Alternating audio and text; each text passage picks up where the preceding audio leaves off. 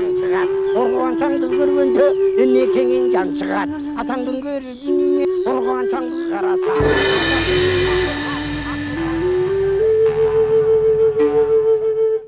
Ассаламу алейкум, урматтуу телекөрүүчүлөр. Кайрадан сиздердин назарыңыздарга башканы коюп Манастайт теле долбоорубуздун кезектеги чыгарылышын тартуулайбыз. Бүгүнкү чыгарылышыбызда биз дүйнө элине Аксак Темир катары таанылган аскер башчы 14-15 кылымдарда жашап өткөн улуу инсан Аксак Темир тууралуу сүйлөшөлү деп чечтик. Бүгүн студиябызга конок катары БГУнун Кыргызстандын тарыхы кафедрасынын башчысы, тарых илимдеринин кандидаты Токтобек Рыскулов мырзаны чакырганбыз. Токтобек мырза акыркы жылдары ушу тарых боюнча, Кыргыздын тарыхы боюнча өзүнүн жаңы көз караштагы макалаларын орус тилинде жарыялап келет. Ошондуктан бүгүн Токтобек мырза менен кыргызча, орусча аралаштырып эле теле берүүбүздү алып баралы. Себеби бул агайыбыз негизинен лекцияларды орус тилинде окуп, макалаларды орус тилинде, расмий тилде жазгандыктан агайга жеңилдик берип, орус тилинде эле айтып берүүсүн өтүнөлү. Куш келипсиз агай биздин студиябызга. Мына акыркы кезде деги эле кыргыз тарыхы боюнча ар кандай пикирлер айтылып, талаш тартыштар көп болуп келет. Себеби Советтер Союзунун убагында, андан мурдагы падышалык Россиянын убагында кыргыз тарыхы бурмалангандыгы көп, тарыхый окуялар жашырылып, кыргыз элинен жашырылып, жабылып келгендиги боюнча талаш тартыштар болуп келет. Мына ошол талаштарга активдүү түрдө катышып жүргөн тарыхчылардын бири өзүңүз.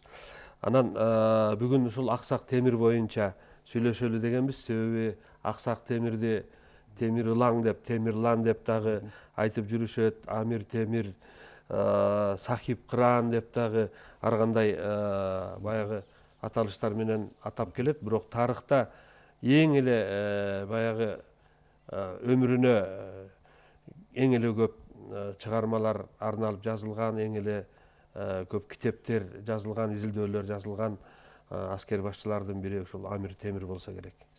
Кандай дейсиз?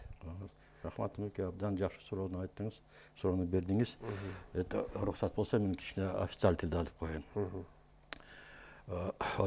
Личность и деятельность Тимура Тамерлана. В советское время этот человек был незаслуженно забыт. И не только незаслуженно забыт. Его имя втаптывали практически в грязь. Тиран, деспот, там, уничтожал и так далее, и так далее. И это в умах граждан бывшего Советского Союза рождался вот этот образ этого человека негативный, который абсолютно не соответствует действительности. И почему не соответствует действительности? Давайте возьмем последние статьи, книги, которые о Тимуре выходили, которые дают новый взгляд. Жаңы көз караш берип атат Темир Аксак жөнүндө. Биргитепти асыр пример кылып айтып берейин. В 1994 году вышло в России сборник, называется «Живая история Востока», подготовленный учеными. И вот в этой живой истории Востока уже дается новый взгляд на Тамерлана, российские историки. Ну, книга вышла небольшим ограниченным тиражом, в Кыргызстане их всего несколько экземпляров. Теперь по данной статье, как выглядит личность Тамерлана. Они говорят так, что единственная сверхдержава XIV века, сверхдержава, была создана Амиром Тимуром. Сверхдержава. То есть наш регион Центральной Азии, мы даже сейчас это и представить себе не можем, что мы можем быть сверхдержавой. А в XIV веке наш регион превратился в сверхдержаву благодаря деятельности этого человека, его военному гению и его государственному гению. В чем это проявилось? Вот я попытаюсь, исходя, наверное, немножко из лимита времени, так в виде тезисов обосновать это. Почему же он является гением? Вот, например, российские историки сравнивают его с Наполеоном Бонапартом. Наполеон Бонапарт — личность известная. 18 век называют эпохой Наполеона Бонапарта, эпоха Бонапарта. И вот, оказывается, я был хорошо знаком с биографией Наполеона Бонапарта, даже у однокурсников немножко прослыл бонапартистом, и поэтому мне это сразу в глаза бросилось, вот, когда я сравнивал деятельность этих людей. Сравнение российских историков, оно уже зрело. Вот они говорят, вот у Наполеона ум служил силе, а у Тимура сила служила уму. Еще один момент. Если взять книгу Торле «Наполеон Бонапарт», ну, это тоже уже аксиомная вещь известная. Почему Наполеон Бонапарт в XVIII веке громил практически все европейские армии того времени? Австрийскую, прусскую, русскую, английскую армию, шведскую и так далее, Испания. Потому что он это ввел, начал новый метод ведения войны, до того времени совершенно неизвестный. В каком плане? Ну, они говорят о том, что французская революция создала французского солдата, который стоял на новых позициях. Наполеон ввел такое правило, так называемое золотое правило Наполеона. И во всех значит, военных учреждениях Европы вот это золотое правило Наполеона изучалось как кредо. Звучит оно так. Армии идут врознь, а сражаются вместе. Вот, например, австрийская и прусская армии идут, чтобы соединиться и разбить Наполеона. Совместных было бы 200 тысяч. И они рассчитывают, что армия Наполеона движется так же, как они. А Наполеон делит свою армию на 3 части и говорит, вот здесь мы под Дульмом или где встретим австрийцев и разобьем. И до подхода прусаков разбивает. Для Европы это была вещь неслыханная. Оказывается, Наполеон просто перенял эту гениально простую мысль у Тамерлана. Привожу пример. Когда Тимур собрал свой поход в Индию, вот в книге Тамерлана «Эпоха личности» можно посмотреть, и в той же книге есть. Он издал приказ по армии и разделил армию свою на 3 части. Индийский поход. Значит, армия центра 32 тысячи командую я, говорит, правое, левое крыло по 30. И 3 разными дорогами двинул в Индию. То есть армия движется в 2 раза быстрее, когда движется по 3 разным путям. И если знать, где враг будет его ждать, то она появляется с 3 сторон. И практически это до начала военной кампании военная судьба данного государства можно считать уже проигранной. Только здесь я должен телезрителям показать вот эту книгу «Тамерлан. Эпоха личность». Это книга, автором этой книги является наш земляк, доктор исторических наук Рустам Рахманалиев. Вот, оно вышло в 1992 году в Москве тиражом 80 тысяч экземпляров. Вот один из экземпляров у меня в моей библиотеке. И это является монографией, то есть докторской работой Рустама Рахманалиева. Потом также в России, в Москве была издана книга Александра Сегеня, вот такая вот «Тамерлан» книга. И также «Тамерлан. Книга побед», вот такая книга, она была издана тоже в постсоветское время. Это все после развала Советского Союза. Помимо того, очень много книг издано в Узбекистане, в Казахстане, также у нас в Кыргызстане, на кыргызском языке. Автором одной из книг «Тамерлан» является наш соотечественник, земляк, писатель Асыкбек Оморов. Вот. Но в основном все писатели, как узбекские, как таджикские, как казахские и российские, наши, они все в основном опираются на работу Гиясаддина Али Езиде, который был современником самого Тамерлана. Книга называется «Дневник похода в Индию». И также Низам ад-Дин Шами «Зафарнаме». И третья книга Шереф ад-Дин Али Езет. У него тоже книга называется «Зафарнаме». И из этих, и еще Муин ад-Дин Натанзи, у него «Аноним Искендера» книга. И также на арабском языке арабский Ибн Арабшах вот, писал, у него «Абджат аль-Макдур фи Навиф аль-Тимир». Последний из авторов, он 12-летним мальчиком в Дамаске попал в плен Тимуру. И в книге он описывает все свои наблюдения. И вот эти источники, они для всех писателей, там, романистов, там, историографов, там, все они являются первоисточником вот эти работы. И здесь вот, что касается личности Тимура, мы всегда, наши соотечественники, современники, всегда его рассматривают как политического деятеля, государственного деятеля и как полководца. Да? Здесь значение Тимура вообще в мировой истории, значение Тимура для Руси, да, и для Европы, какова все это, как можно отличить грани вот, значения Тимура. Мы знаем, да, если бы Тимур не был бы военачальником, то есть его не было бы военных походов, то вот эта страна Мавреннахр, она была бы как бы для других государств как объектом захвата. Но Тимур этому не дал. Он помимо того не только не дал поработить другим государствами свое государство, но он и захватывал другие земли. Вот как вы оцениваете в этом плане Тимура? Ну, в этом плане уже оценка Тимура дана нормальными такими объективными учеными. Значит, например, российский историк Павлов, это дореволюционный историк. Книга называется «История Туркестана». В редком фонде у нас в библиотеке есть, я еще в Ташкенте ее видел, «История Туркестана». И вот он дает такую краткую, но емкую характеристику деятельности Тимура по отношению к Руси. Я приведу ее целиком. История, это значит Павлов, «История Туркестана», Ташкент, 1910 год. Он пишет: «Мы, русские, должны быть благодарны великому туркестанцу Тамерлану».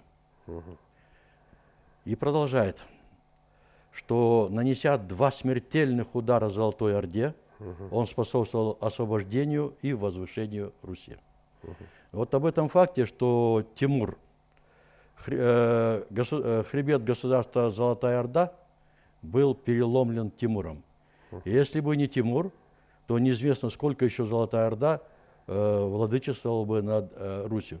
Вот хорошая такая оценка деятельности Тимура царским историком Павлом.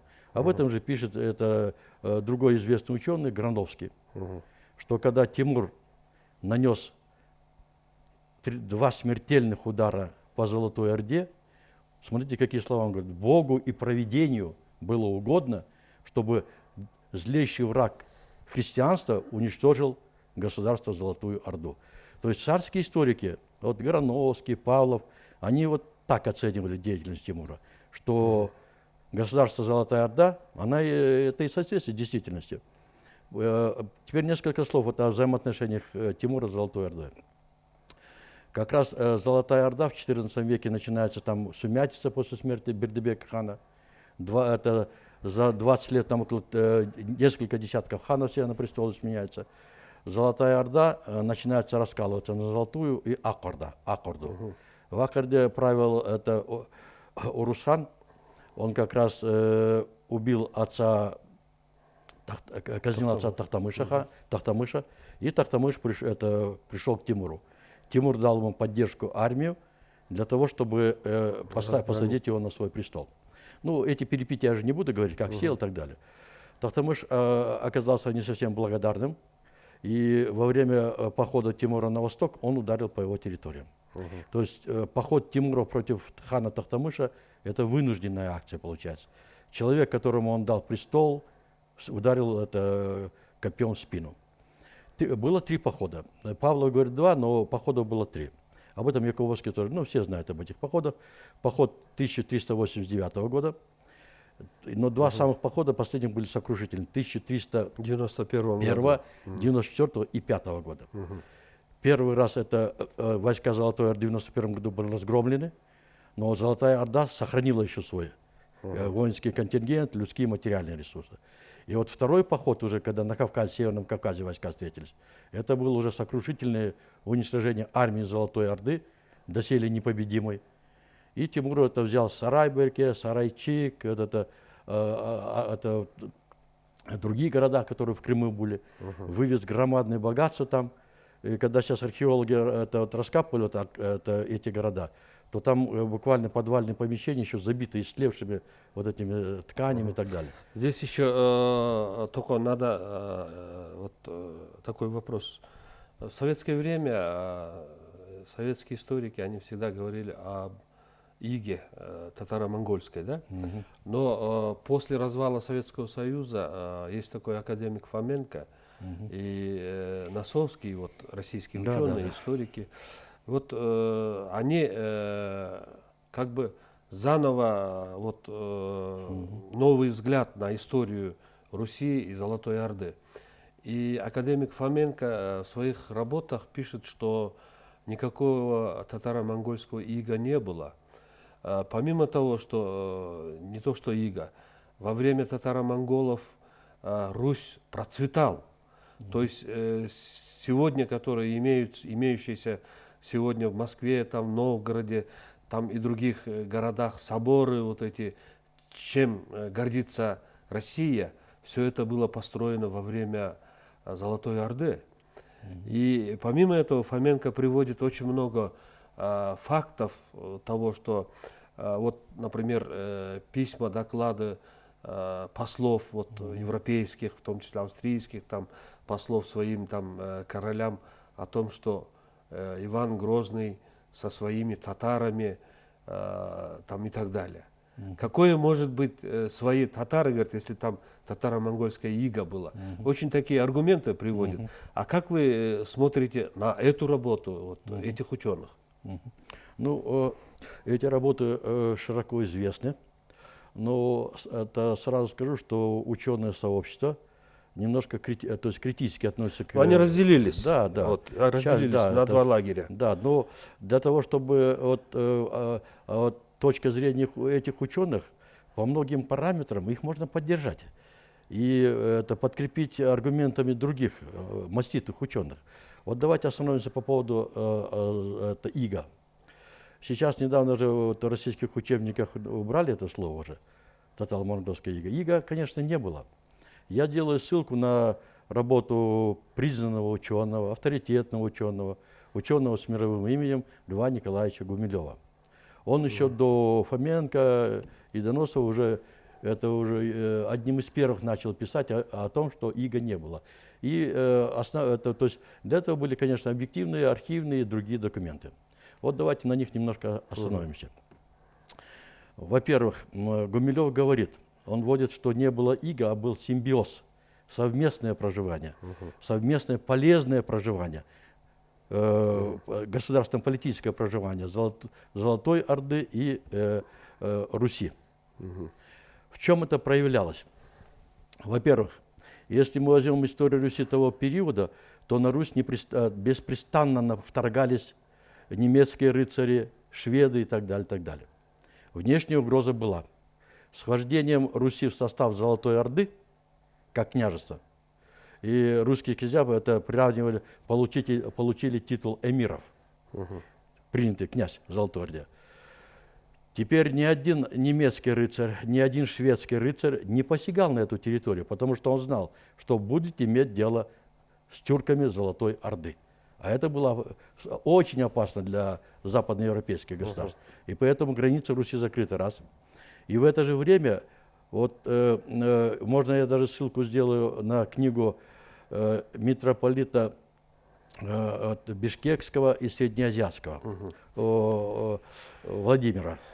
Он написал большую, хорошую книгу, серьезную, «Земля патриарха тюрк». И эта книга называется «История распространения христианства в Центральной Азии». И вот здесь он пишет, опять же, что тоже, чтобы провидению было угодно, потому что русские князья раздирали Русь на части. И это митрополит Владимир, он пишет, что это русские воины брали русские города и насиловали, даже говорить не хочется, монахинь. Православные насиловали православных монахинь. А теперь вот давайте сравним. После того, как Русь вошла в состав Золотой Орды, по ясе Чингисхана все религии считались равными. Убийство священников, мусульманского или христианского, поясе Чингисхана каралось смертью. Теперь никто не мог тронуть священника, черного, белого духовенства, тем более монашенок. В это время же митрополиты воевали с друг другом. Один митрополит казнил другого, то есть и церковь была расколота. А теперь ханы Золотой Орды стали давать ярлык одному хану, и должен быть один митрополит. То есть укрепляется единодержавие и единодержавие церкви. Единство, централизация. Это во всех государствах считается это большим громадным плюсом. Внешние границы закрыты, идет единение, подчинение одному князю, неурядица внутри государства убирается. И в это же время по поводу ига и налогов Гумилев сказал, что он говорит, что налог был символическим.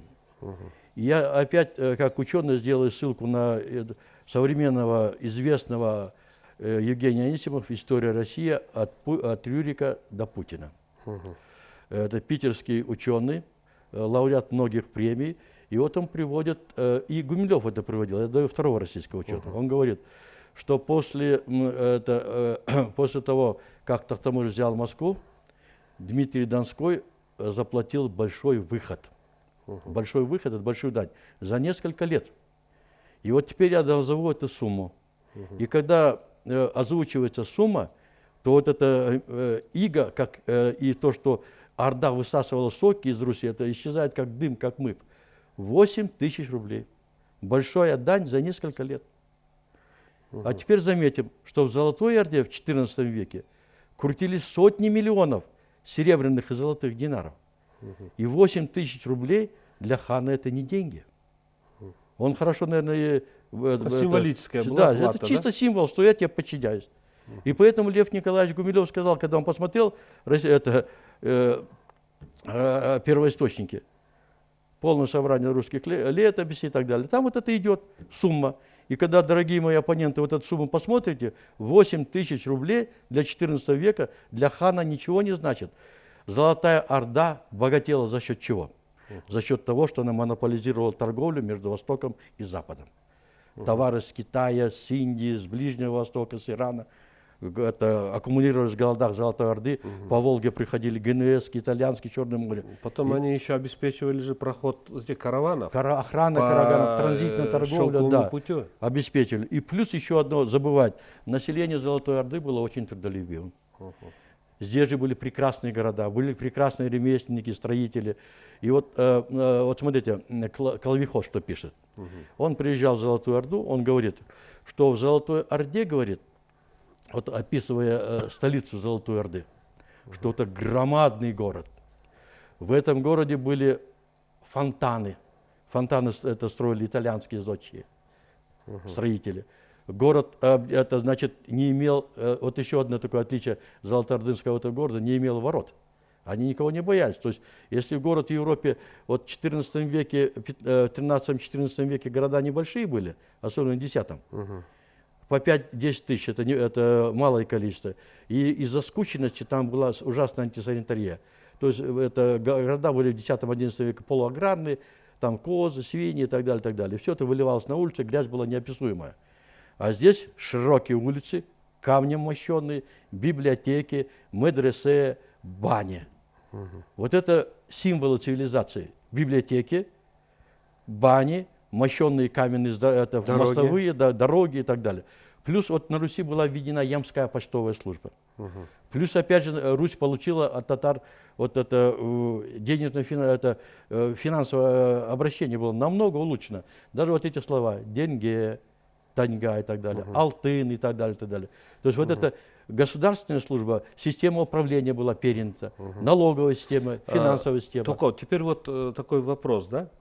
Золотая Орда, там в основном были тоже тюрки, да? В основном власть была в руках у тюрков. И у Тимура, Амир Темира тоже были тюрки. Это, то есть, братоубийственная война была или как? Да, это вот, поэтому некоторые ученые тюркского мира, ну, турецкие ученые в частности тоже, критикуют Тимура за то, что он нанес большой урон тюркским государствам. Тюркскому миру, да? Тюркскому миру.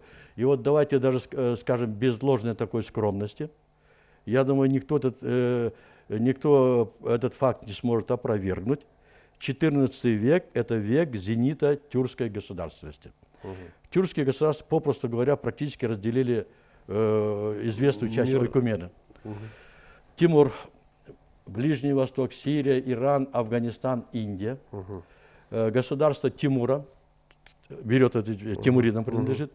Это значит Золотая Орда, Чучхарезм, Центральная Азия, Казахстан, Русь и часть Восточной Европы. Государство Османская империя, Малая Азия, Балканы и уже часть территории Европы. То есть они давлели над Европой уже. То есть здесь опять-таки получается, это Тимур, у него поход был против Золотой Орды, Да. и также поход был против османов, да? Да, турков. То есть он Баязидом же... Да, Илдырымом. Да, Илдырымом, Баязидом воевал. Теперь, если к истории, к биографии Тимура, если подойти, то он в 1370 году на Курултае все военачальники его приход к власти. назначили или как там признали как великого эмира, да? Но в то же время он был как бы единым хозяином Мавренахра. Но в то же время в Мавренахре на троне хана сидел другой, Сюйралтымыш. Помните такого, да? Да. Он с 1370 по 1388 год был ханом как бы Мавренахра. После него с 1388 по 1402 год сын Сюйралтымыша Махмуд был ханом, то есть на ханском троне сидел. А у Тимура не было как бы такой амбиции, чтобы он провозгласить себя ханом. Но в то же время он имел титул всего лишь эмира. Правильно, да? Чем это можно объяснить? Может, какие-то родословные? Там же те же были чингизиды, да, а Тимир, он не ханской кровью был. Может, из-за этого, да? Да, это было вот, напрямую связано с этим. Он не был чингизидом. Он только женился на внучке Чингисхана, стал это Гураган, зять. А потом это личная скромность этого человека. Конечно, он бы мог себе 3 раза провозгласить себя великим ханом, великим каганом, и никто бы ничего не сказал. Тем более территория его государства, мощь армии, могущество позволяли это ему сделать. То есть, в первую очередь, наверное, это все же скромность этого человека. Он в жизни был очень скромным человеком. И вот французский историк Лангле пишет, что Тимур в личной жизни был очень непритязателен. И его вот эти наклонности, склонности и так далее абсолютно не приносили казне никакого ущерба. То есть в этом плане он был скромный. И приведу такой пример. Вот по поводу его скромности, простоты, терпимости и так далее, так далее. Вот по отношению простоты. Он как-то раз купался со своим другом, придворным шутом в бане. И предложил этому шуту такой, как бы это, чтобы немножко развеселить компанию, такой, наверное, вопрос ему задал. Говорит, вот если бы я был рабом, говорит, и продавали меня на рынке, во сколько ты меня оценил бы? Тимур думал, что немножко что-то он получит там более высокие баллы в оценке. А тут его оценил там это несколько золотых. Да? Тимур воскликнул, ай, да ты что, говорит, мой пояс стоит столько золотых. Он говорит, я оценил только твой пояс, говорит, ты сам, говорит, ничего не стоишь. Хромой, говорит, рука и так далее, говорит, на рынке рабов ты ничего не стоил. И Тимур очень хорошо воспринял эту шутку. То есть он умел воспринимать шутки, обращаться с людьми запросто. Вообще, вот когда о Тамерлане читаешь те книги там, и так далее, в основном его же как очень жестокого человека, как деспота, когда горы этих черепов, башни построенные из человеческих черепов там, и так далее, или дорога, уложенная живыми людьми, по которому он ходил, вот так же описывали. Но в то же время, когда о нем вот из его современники, когда пишут о нем, да, кроме вот этого арабского пленника, Арабшаха, все отзывались как-то очень лояльно. То есть этот человек был добрейший, он пользовался Ясы, да, Джасак, Чингисхана, вот в управлении там и так далее. Вот этот Джасак, это была как основной кодекс его, да, деятельности. Но в то же время его говорят, что этот человек был, он прощать умел, у него не было образования, он читать, писать не умел, но в то же время всегда при себе держал чтецов, там, ученых, писателей, рассказчиков, и он в свободное время всегда вот слушал какие-то рассказы там и так далее. И самым жестоким наказанием для предателя или там для труса было переодевали в женскую одежду и привязывали там его, красили, пудрили нос там и так далее, привязывали к хвосту осла и по ряду солдат проводили. Вот такое описывается. Как вы смотрите вот на смотрите. это? Вот эти, с одной стороны, вот эта башня построена из черепов человеческих, с другой стороны, вот его, вот он как предателя там, или труса наказывает, переодевает в женскую одежду, привязывает к хвосту ишака и по ряду солдат там пропускает. Вот как раз вот это есть так называемая черная легенда о Тимуре.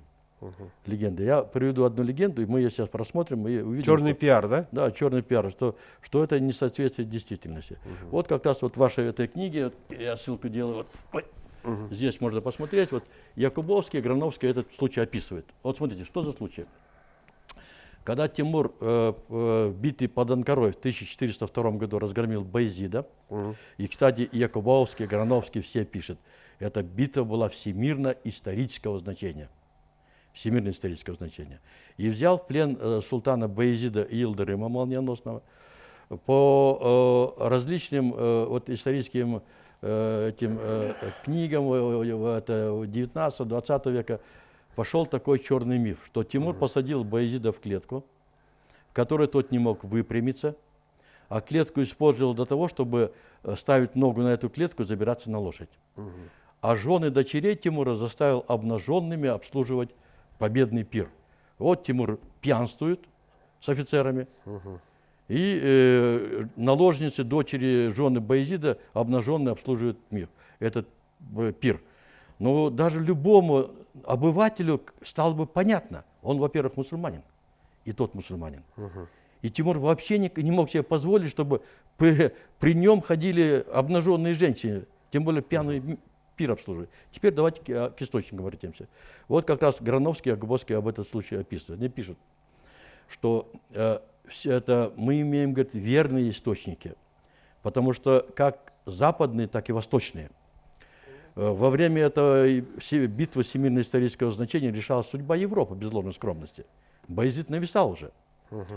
Это зависела судьба Константинополя. Эта битва на 50 лет отсрочила падение Константинополя. То есть весь мир смотрел практически, чем закончится это сражение. И были и восточные послы, и западные, английские, французские, там, тем более там масса сражающихся было. И теперь академик Грановский пишет, ни один из тех, кто описывал эти события, то есть очевидцев, не пишет об этом. Наоборот, как восточные, так и западные авторы пишут вот так. Встреча Тимура с Баязидом была наполнена какой-то печальной скорбью. Тимур не ругался над павшим врагом. Он принял его как равного и даже ободрил его. Баязид не умел держать удар судьбы.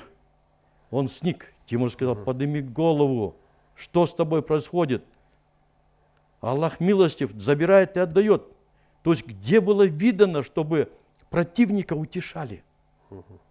И вот это миф о том, что он это обнаженным, это вообще ученые в потолок смотрели и писали.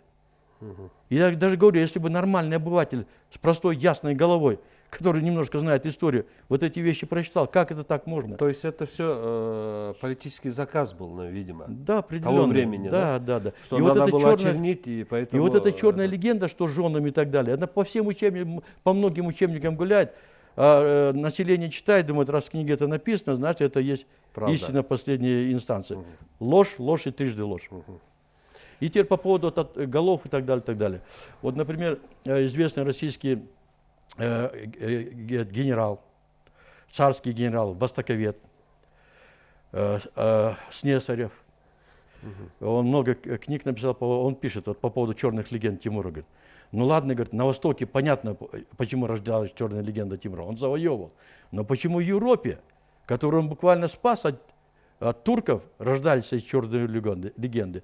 И он говорит, для Европы эти легенды хороши тем, что дым от пожаров у Тимура чернее. Для того, чтобы собственные исторические одежды Европы выглядели более белоснежными, надо облить грязью Тимура. И на фоне этого история Европы начинает выглядеть более красиво. Приведу пару примеров. Да? Изящнее. Возьмите книгу Лас Касаса «История обоих Индии». Лас Касас. Академическое издание. Посмотрите, что европейцы творили в XVI веке в Латинской Америке. Население, которое не сопротивлялось, там не башни, там тогда можно было город, можно сказать, уничтоженных людей. Из 100 миллионов там уцелело, мизер уцелел, целые районы были опустошены. И уничтожали не просто сопротивляющее население, а население, которое встречало их это пищей, да? Хлебом, солью. Испанцы отдыхали, потом начинали избиения. Отрубали кисти рук, поджаривание, там, это 12 апостолов Иисуса Христа и так далее. То есть здесь просто жестокость неимоверная у целого народа. У Тимура такого не было.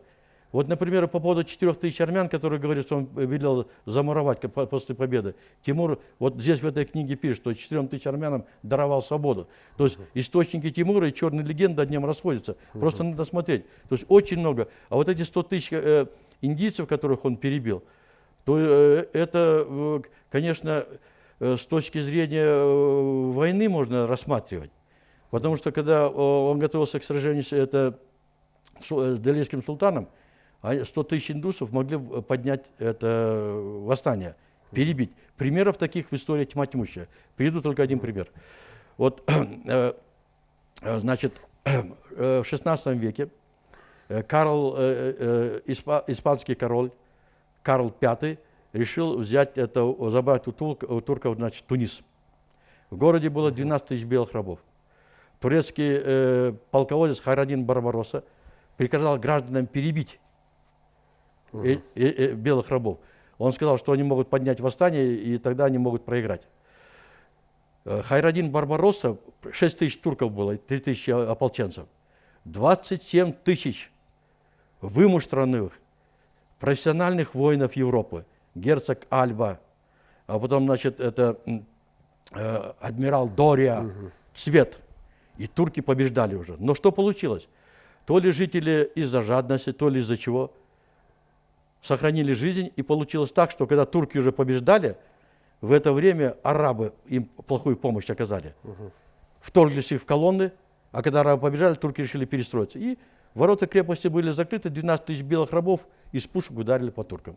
Вот, пожалуйста, пример. На войне надо рассматривать эти вещи с позиции того времени. И теперь по поводу 100 000. Да, он приказал перебить.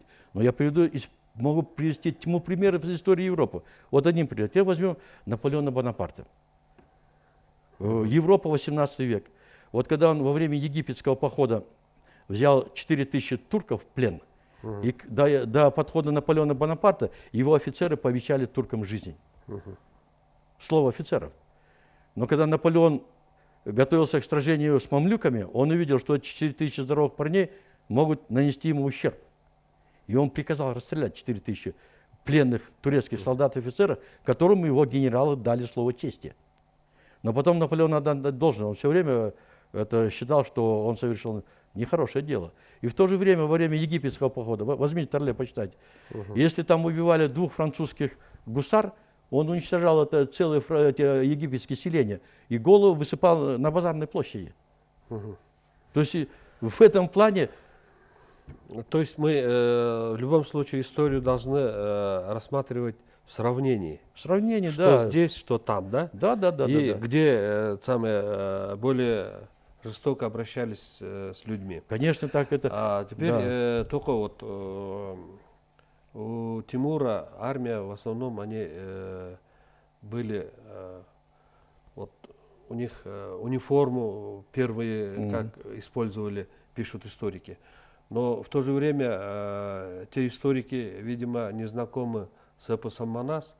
В эпосе Манас тоже говорится о том, что гвардия одевалась по-другому, в синюю одежду. Потом одни одевались в красные кафтаны, красные сапоги, красные шапки, даже колчаны были красные.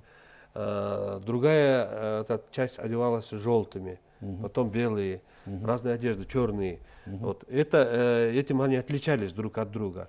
То есть если там и также лошади, у одних были белые лошади, у других гнедые, у третьих другой масти.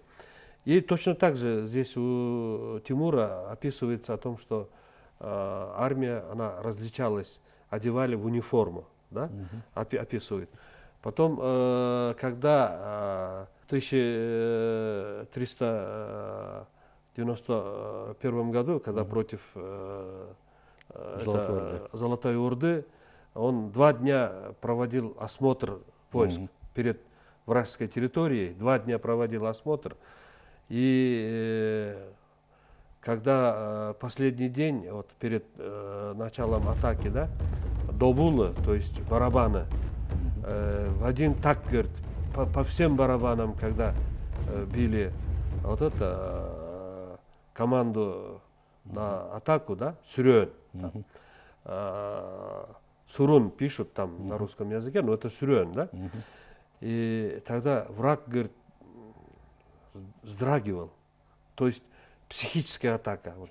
Здесь вот как полководца, вот, тактика, да, показывает. Этим он отличался, Тамерлан, да? В то же время эта война была против своих же братьев.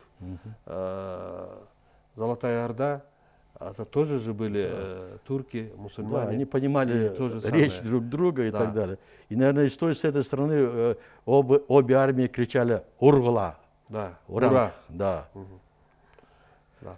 И здесь вот теперь давайте мы будем обсуждать вопрос Тимура как государственного деятеля, как законоведа. Всем известно, что уложение Тимура, да? То есть это труд Тимура, который он оставил своим потомкам.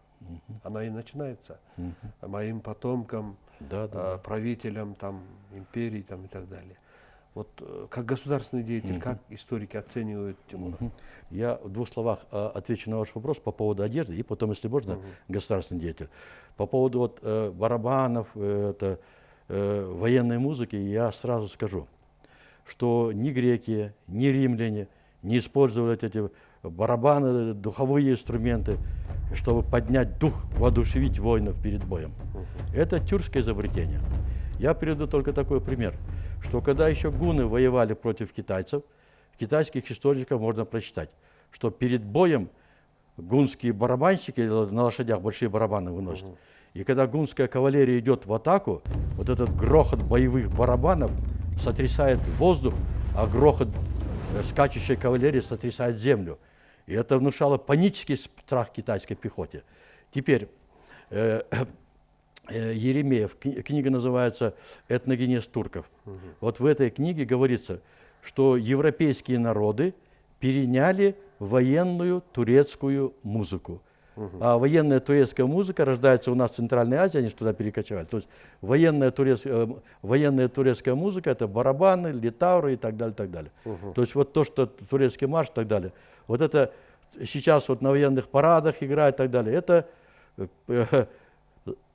все было взято у тюркских народов. Еремеев. Теперь по поводу вот одежды. Тимур ввел разделение на полки. Тимур ввел понятие это, это значит, разделил армию на 9 линий. Авангард, разведка. У Тимура войска разделялись по однообразию одежды. Десятки тысяч лошадей одной масти. И теперь вот по поводу разделения по родам оружия. У Тимура была тяжелая кавалерия, у Тимура была легкая кавалерия. У Тимура были род кавалерии, это Иванов пишет, военное искусство народов Центральной Азии перед правлением Тамерлана.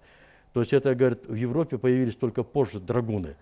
Тяжелая кавалерия, которая могла спешиваться, когда надо было стоять в пешем строю, и могла сражаться, как тяжелая пехота, стрелять и бить. У него была легкая пехота, которая, когда крепостя брали, там это была очень мощная армия. Стенобитные орудия. А потом тяжелая пехота, это когда защищались, да? Да, да. То есть они все в латах там. Да. И при этом тяжелая пехота могла сражаться как тяжелая кавалерия. То есть обучена была.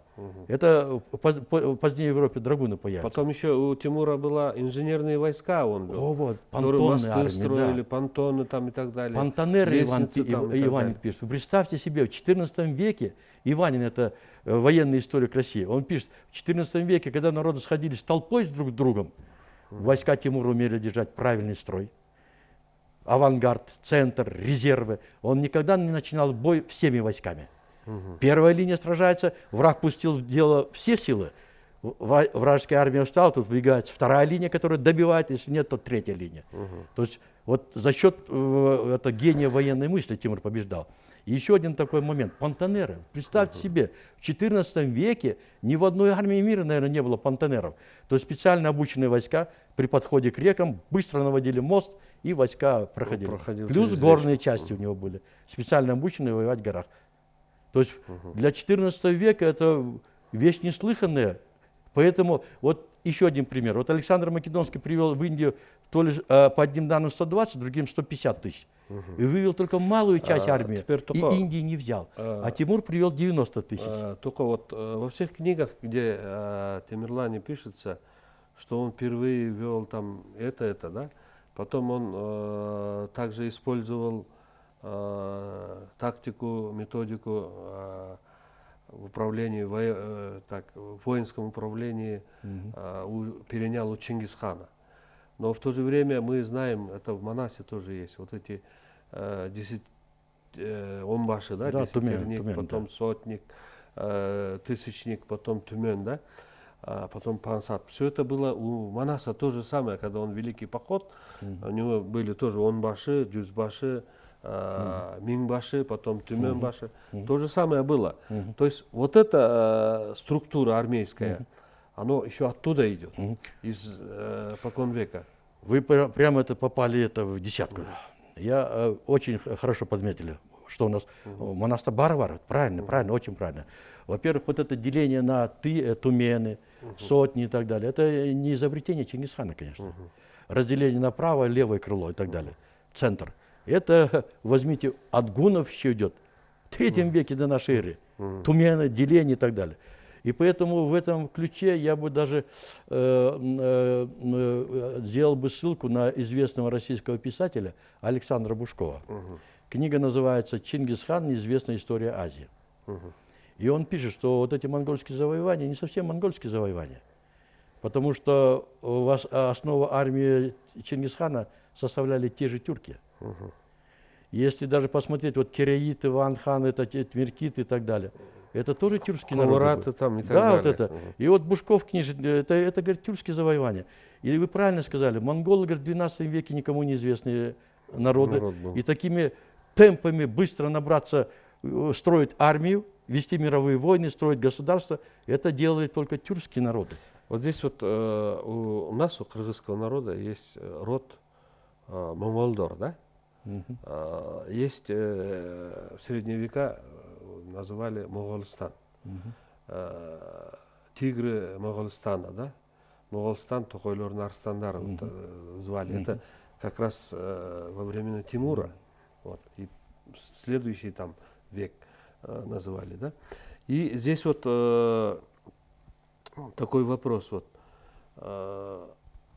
Чингисхан, да, монгол, то есть это были не монголы, они, как вы правильно подметили, что как такого народа неизвестно было, как монголы, да? Видимо, вот это слово «могол» и «монгол», вот от этого западные ученые взяли и назвали монголами. Да, Может вот быть, это так? термин этот монгол и так далее. Вот даже при завоевании Кыпчаков Чингисхан дал всего 4000 монголов уже. И это арабские, другие источники пишут, что они растворились в Кыпчакском море, стали сами как кыпчаки. И по поводу вот это происхождения Чингисхана тоже можно тут привести вот такую ссылку. Я не хочу говорить о том, что он кыргыз, но определенные источники нам дают, что, пишут, что прадед у него был. гун. Нет, вот Потомок гуна там и так далее. вот, смотрите, Ну, давайте мы про нет, сейчас Чингисхана будет отдельный коротко скажу. разговор. Да, ага. Есть «История Востока», академическое издание, Рыбаков. Достаточно взять второй том Рыбакова «Монголы с X по XIII век». И там приводится версия, то есть это происхождение Чингисхана, что в X веке первым предком Чингисхана был Бодончар. Бөдөнчар. Бодончар. А мать Бодончара Аланга, отец Добумерген. Отец умирает, Добумерген, остается 3 сыновей. И Аланга рождает еще 3 детей. Последний, 6-й Бодончар. И когда дети пришли к маменьке сукаризной, как отца нет, а ты нас родила, но она женщина умная, и сказала: дети мои, вы должны даже гордиться, потому что вы не произошли не от простого человека, а в тундук юрту спускался зеленоглазый, это светлый человек. И вы родились от него. Но в сокровенном, то есть монгольском сказании говорится, что в это время вместе с ней проживал Баяут-Кыргыз. Это не мы кыргызы, об этом писали немецкий ученый Рачиевский, русский, российский историк Березин, в 19 веке еще. Давайте мы вернемся к Тимуру. Значит, уложение Тимура, вот, его как государственного деятеля, как законоведа, вот об этом. Вот мы позже говорили о военной деятельности Тимура, теперь надо это государство создается с помощью законов. Уложение Тимура это можно читать как конституция. Отдельные вещи этого уложения даже можно применять сегодня, если сможем, конечно, применить. Вот один из таких примеров. Он говорит о продвижении воинов от самого низшего до самого высшего ранга. Говорит, если солдат покажет отвагу и так далее, назначить его десятником. Если во главе своего десятка победит вражеский десяток, назначить его сотником. Если во главе сотни побеждает вражескую сотню, назначить его тысячником. Если во главе тысячи, там написано с оружием в руках, опрокинет вражескую линию, назначить его 10-тысячником. То есть я всегда студентам сравниваю его с Францией периода Великой Французской революции. Только период после Великой Французской революции простой французский солдат мог стать генералом или маршалом. Вот наполеоновская плеяда генералов и маршалов. Простые люди, из простого сословия. Но до французской революции простой крестьянин и рабочий никогда не мог стать офицером-генералом. Это только аристократы. А у нас в XIV веке уложение Тамерлана позволяло простому чабану, простому человеку, если он проявит отвагу, талант, это 10 тысяч, это минимум герцог по европейским масштабам. В Европе, да и в остальном мире, такое продвижение по социальной лестнице снизу вверх практически такого не было. Потом еще у Тамерлана было так, вот эти военачальники там и так далее, они в основном в мирное время жили как обычные люди, там имели свои земли, обрабатывали эту землю. А когда во время военных походов они уже приходили со своими солдатами, уже оснащенные, экипированные, приходили, становились в строй. Да? Вот так же описывается. Да. И вот сейчас я немножко о законах, пару законов приведу, и вот по поводу вот, его аристократии и службы. Теперь второй момент. Он говорит, я никогда не отдавал приказ об убийстве или увечье моих друзей, близких или родственников. Какое это за измену? И эти слова полностью соответствуют действительности. Старший сын поднял восстание против отца. Он сохранил ему жизнь и так далее. Не приказал ни увечить, ни убивать и так далее. Следующий момент. Он говорит, что в уложениях, что для сбора налогов можно применять угрозы, говорит. Но нельзя применять силу и наказание. Для XIV века собирать налоги на завоеванных территориях даже получается, что ты можешь угрожать, я тебя посажу там в зиндан и так далее. Но бить, избивать, пытать было запрещено. Уложение. Следующий момент. Вот даже в 20-21 веке вот мы в государствах СНГ вряд ли этот закон сможем даже употребить. Этот закон звучал так. Если на территории государства Тимура будет ограблен купец с караваном товара, то вернуть купцу стоимость товара в 3-кратном размере. Мы в 21 веке не можем такие вещи делать.